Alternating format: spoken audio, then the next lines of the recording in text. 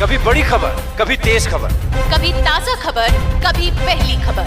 इस शोर और भागम भाग में दब जाती है असली खबर। पहुंचता नहीं पूरा सच आप तक, लेकिन ये शुरुआत। उठाएगा हर हकीकत से पर्दा, लगेगी सच्चाई और भरोसे पर मुहर। एक बार फिर आपके हक के लिए बुलंद करेगा आवाज। रीवा से अनिल शर्मा। रीवा में जिला अध्यक्ष बीजेपी डॉक्टर अजय सिंह ने कहा कि प्रधानमंत्री नरेंद्र मोदी के नेतृत्व वाली सरकार इस साल केंद्र में अपने 9 साल पूरे कर रही है। इस मौके पर बीजेपी जिला अध्यक्ष अजय सिंह ने अपनी पार्टी की कामयाबियां गिनाई। मई 2014 में पूर्ण बहुमत के साथ सत्ता में आई बीजेपी ने इस मौके पर एक दिन पहले पत्रकार वार्ता की और सोशल मीडिया पर अपनी कामयाबियों की लिस्ट पोस्ट की और बीजेपी जिला अध्यक्ष डॉक्टर अजय सिंह ने कहा कि भाजपा सरकार ने गरीबों के सपने साकार किया गया है। आज हमारा देश विश्व पटल पर देश की समृद्धि, सशक्तिकरण, समरसता, सुशासन और संस्कारों की चर्चा हो रही है। अजय सिंह ने कहा कि जब कांग्रेस की सरकार थी तब भ्रष्टाचार चरम सीमा में थी। दिग्विजय सिंह की सरकार ने मध्य प्रदेश को बीमारू राज्य बना दिया था, लेकिन शिवराज सिंह चौहान की सरकार ने अधोसंरचना विकास, गरीब कल्याण और सांस्कृतिक पुनरुत्थान की दिशा यादगार काम किया है।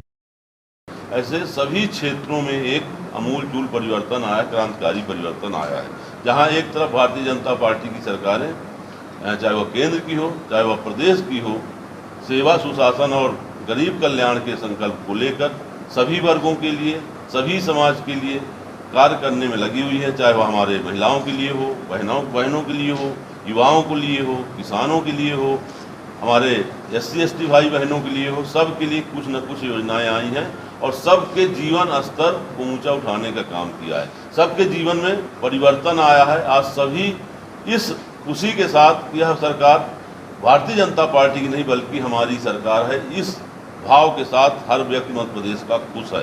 वहीं जहां मध्य प्रदेश में भारतीय जनता पार्टी की सरकारों की बात करें, शिवराज सिंह की सरकारों की बात करें, जहां हम विकास की ओर लगातार बढ़ रहे हैं, वहीं कांग्रेस ने प्रदेश के अंदर प्रदेश के लोगों के साथ हमेशा ही कुठाराघात किया है। चाहे वह 1993 से लेकर 2003 का विषय रहा हो, इन 10 वर्षों में माननीय दिग्विजय सिंह जी ने प्रदेश के साथ क्या किया, प्रदेश की क्या दुर्दशा थी। न कहीं रोड थी, न सड़कें थी, न विद्यालय थे, न स्वास्थ्य की कोई सुविधाएं थी, न गरीबों के लिए कोई योजनाएं थी और ना ही उनके पास कोई नीति थी। उन्होंने सिर्फ भ्रष्टाचार को बढ़ावा दिया। मिस्टर बंटा ढाल ने 10 वर्षों में इस देश को जहां पिछड़े बीमारू राज्यों में ला के खड़ा कर दिया था। कोई भी मध्य प्रदेश में आने के लिए मध्य प्रदेश का विषय आता था, चाहे वह इन्वेस्टर्स की बात हो, चाहे शिक्षा का विषय हो, हर कोई मध्य प्रदेश से दूरी बनाता था। उसको 15 महीने का मौका जब माननीय कमलनाथ जी को मिला तो उन्होंने दिग्विजय सिंह जी के नक्शे कदम पे चलते हुए उनसे भी एक कदम आगे निकलकर काम किया। उन 15 महीनों में कमलनाथ जी ने प्रदेश के अंदर एक भी नई योजना का प्रारंभ नहीं किया, कोई भी योजना प्रारंभ नहीं की, बल्कि उन्होंने योजनाओं को बंद करने का काम किया। माननीय शिवराज सिंह जी को संबल योजना हो, चाहे दीर्घ दर्शन योजना हो, चाहे लाडली लक्ष्मी योजना हो, और यहाँ तक कि अंत्योष्ट के लिए जो 5000 रुपये माननीय शिवराज सिंह जी के द्वारा दिया जा रहा था, उस योजना को भी बंद करने का काम किया। इतने में ही नहीं, इसके साथ हम सब जानते हैं कि मध्य प्रदेश पुनः एक बार भ्रष्टाचार का अड्डा बन गया था। सिर्फ यहाँ उद्योग स्थापित हुआ तो ट्रांसफर उद्योग स्थापित हुआ, वल्लभ भवन में क्या हो रहा था हम सबसे छिपा हुआ नहीं है। तो हम आप सबके माध्यम से इस रीवा जिले की जनता को और मध्य प्रदेश की जनता को ये बताना चाहते हैं कि विगत 18 वर्षों में भारतीय जनता पार्टी की सरकार ने मध्य प्रदेश के अंदर विकास के नए आयाम छुए हैं और आगे भी जब तक जनता हमें सेवा का अवसर देती रहेगी, हम इस मध्य प्रदेश को अग्रणी राज्यों में खड़ा करेंगे।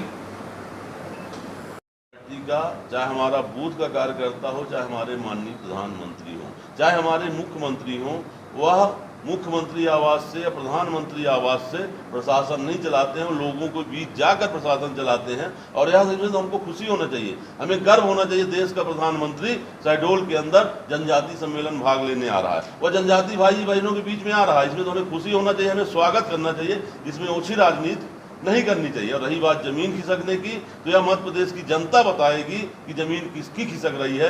अभी जो स्थिति है, मुझे नहीं लगता दहाई के आंकड़े में पहुंचेंगे। ये दोनों में अंतर 1500 रुपये और 1000, फिर उसके बाद 3000। क्या ऐसा लग रहा था कि सरकार जाने वाली इस कारण 3000 तक? नहीं, ऐसा नहीं है। लाडली बहना योजना हमारे मध्य प्रदेश के बहनों के जीवन स्तर को उठाने के लिए, हमारी गरीब बहनें, हमारे आदिवासी बहनें, हमारे एससी बहनें, इनके पास अगर जो हमारी रूटीन ज़रूरतें हैं वह 1000 उनके जीवन में क्रांतिकारी परिवर्तन लाने वाला है। अगर वह बाजार जाती है, उनका लड़का कहीं किसी ठेला में रोने लगता है, किसी दुकान में किसी खिलौने के लिए रोने लगता है, किसी फल के लिए रोने लगता है, तो उनको अपना मन मारकर लड़के को 2 झापड़ मार के लेके जाना पड़ता है। ये ना हो। देश के अंदर सबको समानता का अधिकार है। हर बच्चे को खिलौना लेने का अधिकार है, हर बच्चे को मार्केट का केला खाने का अधिकार है, हर बच्चे को मिठाई की दुकान में मिठाई खाने का अधिकार है। जो लाडली बहना के माध्यम से मुख्यमंत्री जी ने उन बहनों को ये अधिकार दिया है कि वो अपने बच्चे के भी ख्वाहिशों को पूर्ण कर सके और अपनी रूटीन जरूरतों को पूरा कर सके।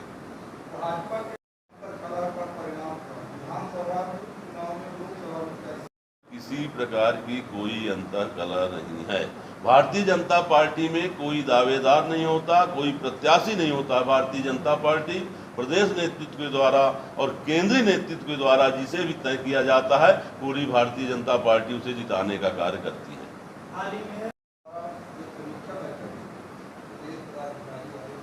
कार्यकर्ता को बैठक से जाने के लिए कहा गया।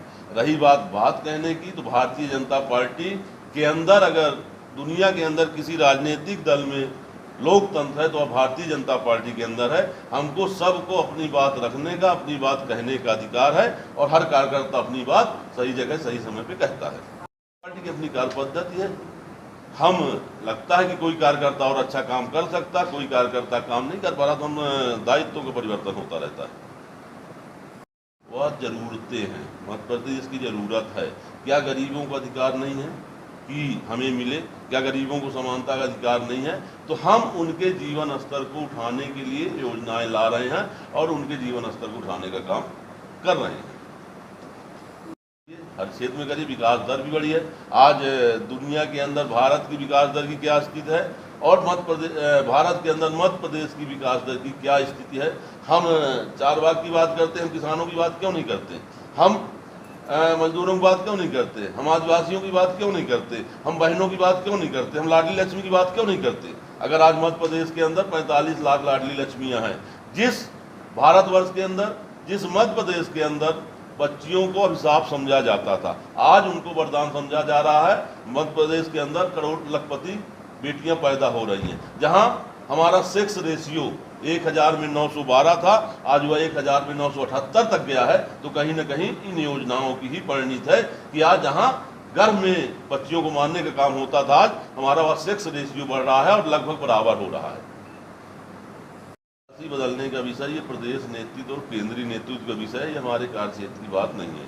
रही बात, तो हमारे जिले के अंदर हमारे 8 विधायकों के प्रति कहीं किसी प्रकार की लोगों के अंदर गुस्सा नहीं है। 8 विधानसभाओं में लगातार अनवरत विकास के कार्य चल रहे हैं। सरकार की योजनाओं से, सरकार की नीतियों से जनता खुश है और चुनाव में जनता जवाब देगी।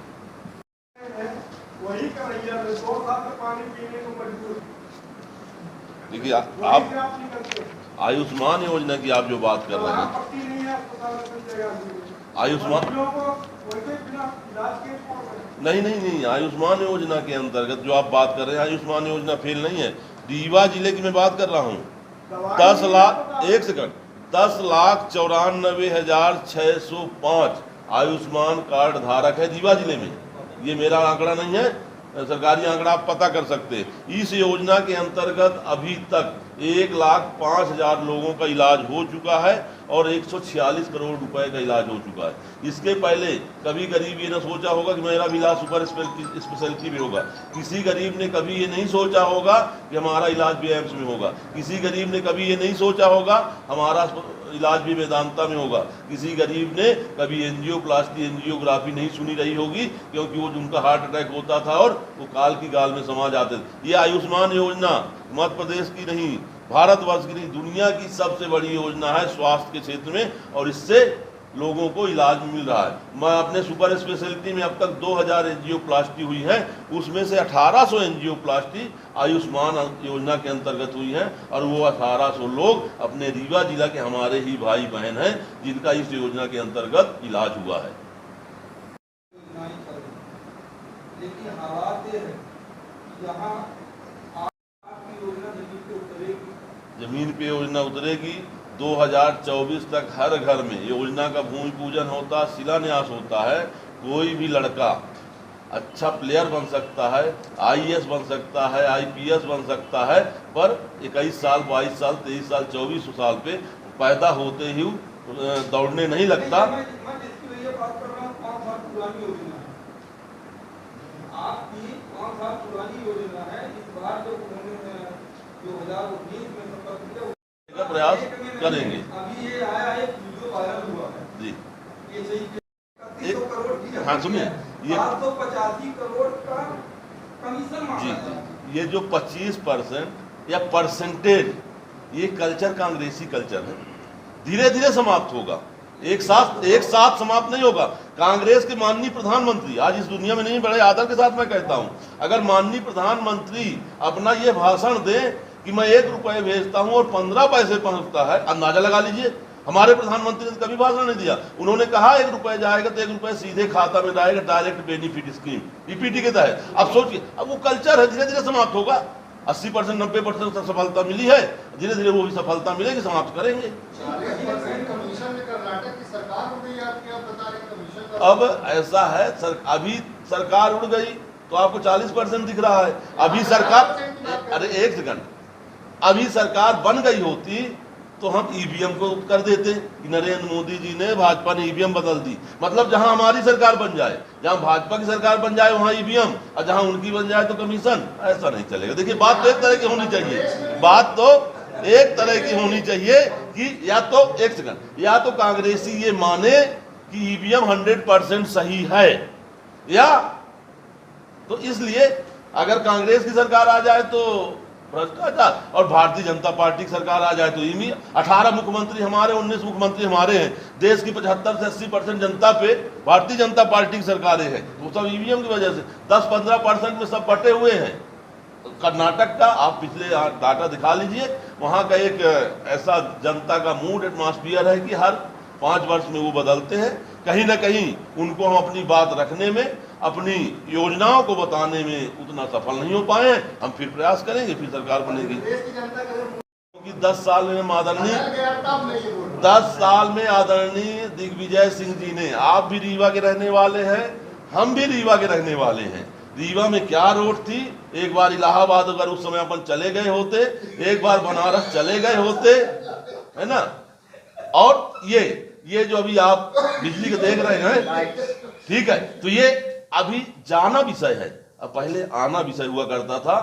मैं भी एक किसान का बालक हूं, यथार्थ घटना बता रहा हूं साहब। 10 बजे, वो शाम का 10 बजे मुझे कभी नहीं भूलेगा, आप लोगों को भी शायद याद हो, रात 10 बजे लाइट आती थी, लोग खाना खाते थाली छोड़ के भागते थे, चप्पल नहीं पहनते थे, ट्यूबवेल तक भागते थे कि जिसकी बटन पहले दब गई वो वोल्टेज लेगा नहीं, बाकी फिर मशीन नहीं चलेंगी। मैं भी वो किया हूं, मैं भी दौड़ के हारी तक जाता था, बटन दबाता था कि जिसकी बटन पहले, कुछ लोग होशियार होते थे उसमें लकड़ी डाल देते थे, मोटर भी जल जाती थी, कई बार 2 फेस आती थी।